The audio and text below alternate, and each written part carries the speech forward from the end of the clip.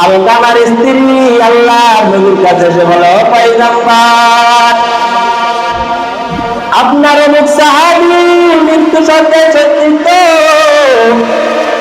হযরত আলকামা, যে আলকামা অনেক ভালো একজন সাহাবী, 5 ওয়াক্ত নামাজ পড়ে, রোজা রাখে, অনেক আমলওয়ালা একজন সাহাবী।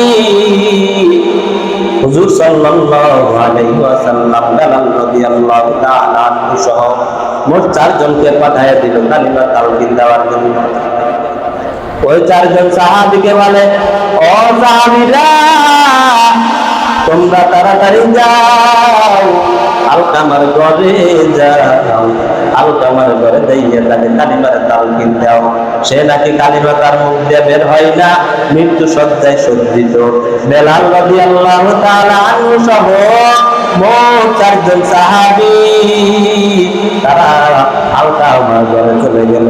হযরত আলকামা রাদিয়াল্লাহু তাআলা আনহু ঘরে যাইয়া তাকে পড়াইতেছে, লা ইলাহা ইল্লাল্লাহু মুহাম্মাদুর রাসূলুল্লাহ সাল্লাল্লাহু আলাইহি ওয়াসাল্লাম। যতই পড়াই তার মুখ দিয়ে কালিমা বের হয় না। 4 জন সাহাবী বলে, ও আলকামা, তুমি পড়ো, এই কালেমাটা পড়ে নাও। কিন্তু আলকামার মুখ দিয়ে কোনো কালিমাই বের হয় না। বেলাল রাদিয়াল্লাহু তাআলা আনহু দৌড় দিয়ে আল্লাহর নবীর কাছে চলে গেছেন। আল্লাহর নবীর কাছে গিয়ে বলে, ও পয়গম্বর, আপনার সাহাবী আলকামার মুখ দিয়ে তো কালিমা বের হয় না, বের হয় না, বের হয় না, আমরা অনেক চেষ্টা করছি। আল্লাহর নবী বলে, ও বেলাল, দুনিয়াতে কি তার মা বাবা বেঁচে আছে কিনা?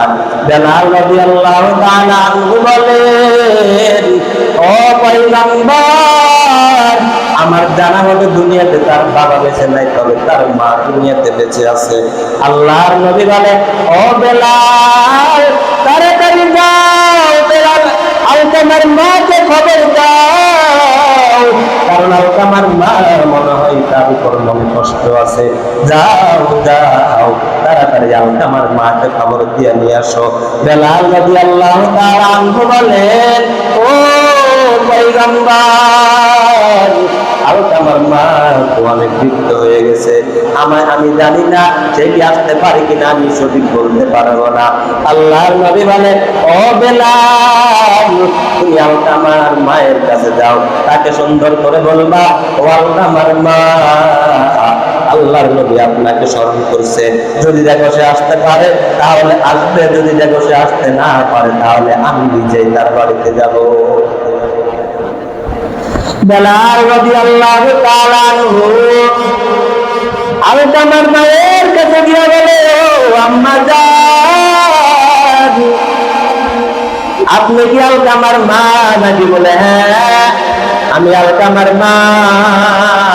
কি হয়েছে? বলে, আপনাকে আল্লাহর নবী স্মরণ করছে, তবে আল্লাহর নবী এটা বলে দিছে, আপনি যদি পারেন যাইবেন, না হলে নবী দিছে আসবে। আলকামা রাদিয়াল্লাহু তাআলা আনহুর মা বলে, ও বেলাল, না না, নবী আসা লাগবে না, আমার কষ্ট হলো, আমি যাব। আলকামার মা লাড়িতে ভর দিয়ে দিয়ে নবীর দরবারে চলে গেছে। নবীর দরবারে যাওয়ার পর আল্লাহর পয়গম্বর বলে, আলকামার মা, আপনার ছেলে আলকামা কেমন, একটু তার ব্যাপারে কিছু বলে। আলকামার মা বলে, ও পয়গম্বর, আমার ছেলে আলকামা অনেক অনেক বড় ছেলে, আমার ছেলে আলকামা 5 ওয়াক্ত নামাজ পড়তো, রোজাও রাখতো, দান সদকা করতে কমতি করতো না, এক কথায় নফল ইবাদত দিকেও অনেক আগানো ছিল। কিন্তু এইবার আল্লাহর নবী বলেন, ও আলকামার মা, আপনি কি আপনার ছেলের উপর কোনো মনে কষ্ট আছে কিনা? আপনার ছেলে মৃত্যু সজ্জায় সজ্জিত, কিন্তু আপনার ছেলের মুখ দিয়া কালিমা বের হইতেছে না। আমার তো মনে হয় আপনি আপনার ছেলের উপর কিছু না কিছু নিয়ে মনোকষ্ট নিয়ে বসে আছে। এইবার আলকামার মা ডাক দিয়া বলে, ও পয়গম্বর, আমার ছেলে ভালো তবে আমার ছেলে আমার বউর কথাকে বেশি প্রাধান্য দিত। সে তার বউর কথা অনুযায়ী চলত, তার বউর কথা অনুযায়ী আমাকে দাম দিত না, আমার কথা শুনতো না। তার বউ যেটা বলতো আলকামা সেটাই শুনতো। শুধু এই সমস্যা, এই কারণে আমি তার উপর অনেক মনে কষ্ট, আর কোনো সমস্যা নেই। আল্লাহর নবী বলে, ও আলকামার মা, তাহলে আপনি তাকে মাফ করে দেন। আপনি যদি তাকে মাফ করে দেন তাহলে সে তার মুখ দিয়া জবানে কালিমা বের হবে, এছাড়া তার মুখ দিয়া কালিমা বের হবে না। আলকামার মা বলে, না না, আমি আমার সন্তানকে মাফ করতে পারবো না, সে আমাকে এইভাবে প্রতিনিয়ত কষ্ট দিত, তার বউর কথাকে প্রাধান্য দিত। এইবার আল্লাহর নবী বলে, ও সাহাবীরা, তোমরা তাড়াতাড়ি লাকড়ির ব্যবস্থা করো, এখানে কিছু লাকড়ি জমা করো আর আগুন জ্বালাও। আল্লাহর নবীর সাহাবীরা কিছু লাকড়ির ব্যবস্থা করছে আর আগুন জ্বালাইয়া দিল। আলকামার মা বলে, ও পয়গম্বর, এগুলো কেন জ্বালাইছেন, আমাকে একটু জানাইয়া দেন। এইবার আল্লাহর নবী বলেন, ও আলকামার মা, আপনি যেহেতু আপনার সন্তানকে মাফ করবেন না, আপনার সন্তান তো দুনিয়া থেকে কালিমা নিয়ে ঈমান নিয়ে যেতে পারবে না, কারণ আপনি তাকে বদদুয়া দিয়েছেন। অতএব আমরা দুনিয়া থেকে তাকে জ্বালিয়ে তারপরে বিদায় দিব। এইবার আলকামার মা বলে, ও পয়গম্বর, আমি আমার সন্তানের উপরে যতই মনে কষ্ট থাকি না কেন, আমার সন্তান আমার সামনে জ্বলবে। ও পয়গম্বর, এটা আমি সহ্য করতে পারবো। ও পয়গম্বর, আমি তার উপর তাকে যতই বদদুয়া দিই না কেন, ও পয়গম্বর শুনে নেন, আমি তাকে জীবনের ভিতরে মাফ করে দিই, কারণ সে তাকে আমি যতই বদদুয়া দিয়েছি, আমার সন্তান আমার সামনে আগুনে জ্বলে যাবে, এটা আমি সহ্য করতে পারবো। আল্লাহর নবী বলে, ও সাহাবীরা, আগুনটা বন্ধ করে দাও, বন্ধ করে দাও, কারণ তার মা তাকে মাফ করে দিয়েছে। এখন যাও যাও, তার বাড়িতে যাইয়া দেখো তার মুখ দিয়া কালিমা বের হইতেছে। বেলাল রাদিয়াল্লাহু তাআলা আনহু দৌড়িয়া তার বাড়িতে চলে গেল। বাড়িতে যাইয়া যাওয়া ঢোকার আগে দেখতেছে তার ঘর থেকে আওয়াজ আসতেছে, লা ইলাহা ইল্লাল্লাহু মুহাম্মাদুর রাসূলুল্লাহ সাল্লাল্লাহু আলাইহি ওয়াসাল্লাম। বেলাল রাদিয়াল্লাহু তাআলা আনহু দেখলো আলকামার মুখ দিয়া কালিমা বের হয়ে গেছে। বেলাল রাদিয়াল্লাহু তাআলা আনহু নবীকে এসে খবরটা জানায় দিল। তাহলে এবার বলেন তো দেখি, নবীর সাহাবী পর্যন্ত মায়ের বদদুয়া থেকে মুক্তি পেয়েছে। কথা বলেন, পাইছে? আমি আপনি কত বড় আল্লাহর ওলি হইছি, আমি আপনি কত বড় আমলওয়ালা হয়ে গেছি যে মা বাবাকে বদদুয়া দিয়ে আবার জান্নাত নিব, জান্নাতের আশা করি। আছেন কেউ? কেউ? যে সাহাবী নবীর সাহাবী, নবীকে সদা সর্বদা দেখত, ওই সাহাবী মায়ের বদদুয়া নিয়ে মৃত্যুর সময় বেঈমান হয়ে মারা যায়। শেষ পর্যন্ত মা দোয়া করার কারণে ওই ছেলে কোথায় ঈমান নিয়ে গেছে, না হয় বেঈমান হয়ে মারা যায়। قال رسول الله صلى الله عليه وسلم রিদার রাব্বি ফি রিদাল ওয়ালিদ। আল্লাহর নবী বলেন, আল্লাহ তাআলার সন্তুষ্টি মা বাবার সন্তুষ্টির মধ্যে নিহিত। সুবহানাল্লাহ। আল্লাহ তাআলার সন্তুষ্টি কার সন্তুষ্টির মধ্যে নিহিত? মা বাবার সন্তুষ্টির মধ্যে নিহিত। আর আল্লাহ তাআলার অসন্তুষ্টি মা বাবার অসন্তুষ্টির মধ্যে নিহিত।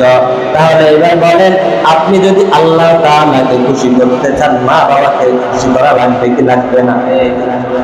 আর যদি আপনি মা বাবাকে অসন্তুষ্টি করেন, তাহলে আপনি আল্লাহকেও খুশি করতে পারবেন না, কারণ মা বাবাকে অখুশি করিয়া, মা বাবাকে কষ্ট দিয়া আপনি কোনোদিনও আল্লাহকে সন্তুষ্টি করতে পারবেন না।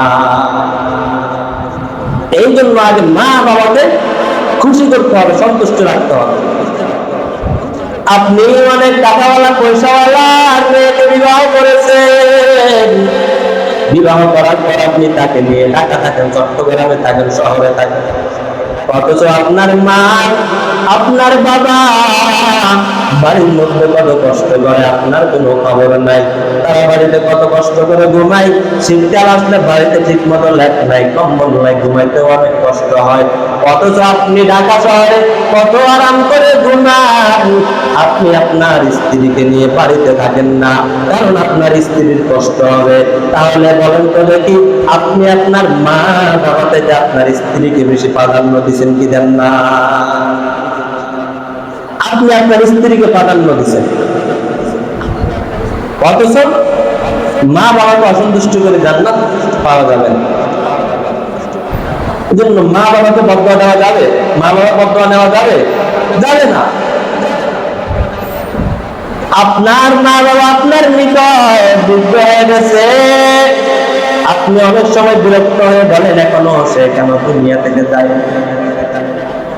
আল্লাহ এখনো তাকে কেন দেয় না। অথচ আপনি ছোট থাকতে আপনার মা বাবা আপনাকে নিয়ে কত কষ্ট করেছে।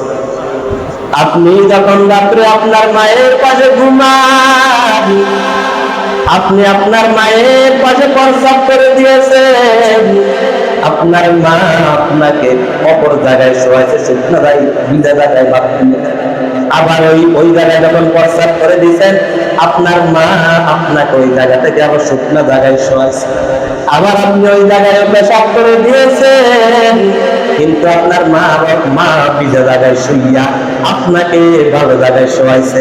তারপরও আপনার মা বলে নাই, ও দয়ার মালিক, তুমি কেন আমার সন্তানটাকে নিয়ে যাও না, আমার সন্তানটা আমাকে অনেক জ্বালাইতেছে। এবার কখনো বলছে মা? বলে না, কখনো বলে না। কষ্ট করে নিজে ঘুমায়, নিজে ঠিক মতো খাইতে পারে না।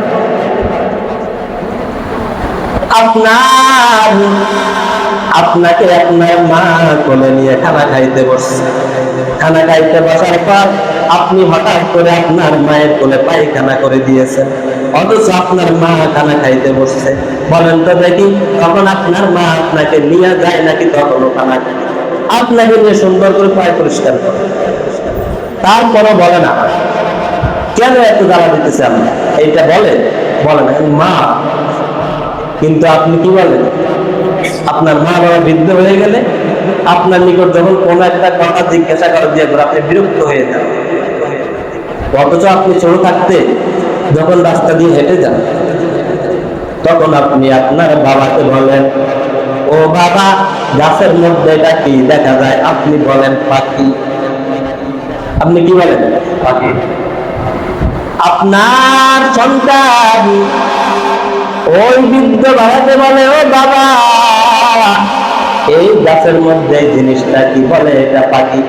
অথচ একবার, দুইবার, তিনবার, চারবার বলে, তারপরও বাবা এটা বলে না। দেখো কি বলে? কিন্তু আপনার মা বাবা বৃদ্ধ হওয়ার পর আপনাকে যদি কোনো একটা কথা একবার, দুইবার, তিনবার জিজ্ঞাসা করে, আপনি বিরক্ত হয়ে বলেন। বিরক্ত হয়ে যান না? বিরক্ত হয়ে যান। অথচ মা বাবা যখন বৃদ্ধ হয়ে যায়, যখন একবার ভারতকে পৌঁছে যায়, তখন তারা লেগা দুলাগার আমার হয়ে যায়। কথা বলে অনেক সময় কি বলে তারা বলতে পারে না। অনেক সময় তারা বলে আমাদের সফটওয়্যার এটা সফটওয়্যার কাম, অনেক সময় বলে চিপস কেমন, সব পড়াখানি বলে। কিন্তু আপনি বিরক্ত হয়ে যান। আল্লাহর নবী বলেন, আল্লাহর পয়গম্বর বলেন, আমি একদিন রাত্রে ঘুমানো, ওই ঘুমের ঘরের মধ্যে আমি স্বপ্নে দেখতেছি আমি জান্নাতের মধ্যে ঘুরতেছি, হঠাৎ করে দেখতেছি কে যেন কোরআন তেলাওয়াত করে। আমি প্রশ্ন করলাম, কে এত সুন্দর করে কোরআন তেলাওয়াত করে? আমাকে জবাব দেয়, ও আল্লাহর পয়গম্বর, এখানে নাফে রাদিয়াল্লাহু তাআলা আনহু কোরআন তেলাওয়াত করে। বলে, ওই নাফে কেন জান্নাতের মধ্যে কোরআন তেলাওয়াত করে? বলে সে তার মা বাবার সাথে সুন্দর আচরণ করত। কাযালিকাল বিদ্রু কাযালিকাল বিদ্রু কাযালিকাল বিদ্রু, এইভাবে জবাব দেয়। আল্লাহর পয়গম্বর বলেন, ও সাহাবীরা, এই নাফে রাদিয়াল্লাহু তাআলা আনহু দুনিয়াতে মায়ের বড় পাগল ছিল, মায়ের খেদমত করতো। এই জন্য আমি জান্নাতে গিয়াও তার কোরআন তেলাওয়াত শুনি। এই জন্য মা বাবার খেদমত করা যাবে? যাদের মা নাই তারা বুঝে, দাঁত থাকতে দাঁতের মর্ম বুঝে না, অনেকেই মা থাকতে মায়ের মর্ম বুঝে না। আমার মতো যাদের মা নাই তারাই মায়ের মর্ম বুঝে, আবার অনেকের যাদের বাবা নাই তারাই বুঝে বাবার মর্ম।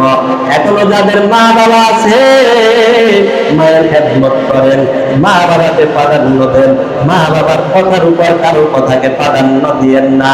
এরে আল্লাহর গোলাম, মদিনাওয়ালা নবী জানায় দেন, কোন সৎ সন্তান যদি মায়ের চেহারার দিকে নেক নজরে, ভালো নজরে যদি একবারে দেখে, আল্লাহর নবী জানায় দেন আল্লাহ পাক রব্বুল আলামিন তার আমল নামে একটা কবুল হজের সওয়াব দান করবে। সাহাবীরা জিজ্ঞাসা করে, ইয়া রাসূলুল্লাহ, কোন ব্যক্তি যদি প্রতিদিন যদি 100 বার যদি দেখে তাহলে তার কি হবে?